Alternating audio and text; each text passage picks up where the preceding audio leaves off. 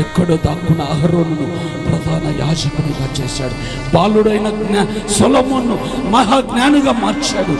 ఎక్కడో ఉన్నటువంటి ఎలీషా, పొలమును దున్నుకుంటున్నటువంటి ఎలీషా, మందను కాచుకుంటున్నటువంటి ఎలీషా, వ్యవసాయం చేసుకుంటున్నటువంటి ఎలీషాను రెండంతల ఆత్మచేత అభిషేకించిన ఆ తండ్రి ప్రేమను ఇంకా ఇంకా ఇంకా ఇంకా ఇంకా కాళ్ళతో తన్నుకుంటావా?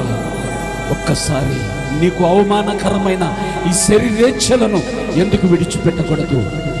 నీకు వేదన కలిగించి, దుఃఖాన్ని కలిగించి, నెమ్మది లేకుండా చేసే ఈ రహస్య పాపములను విడిచిపెట్టు.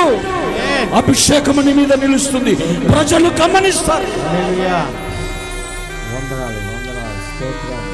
అతి అభిషేక తైలము నాపై పోయుమా.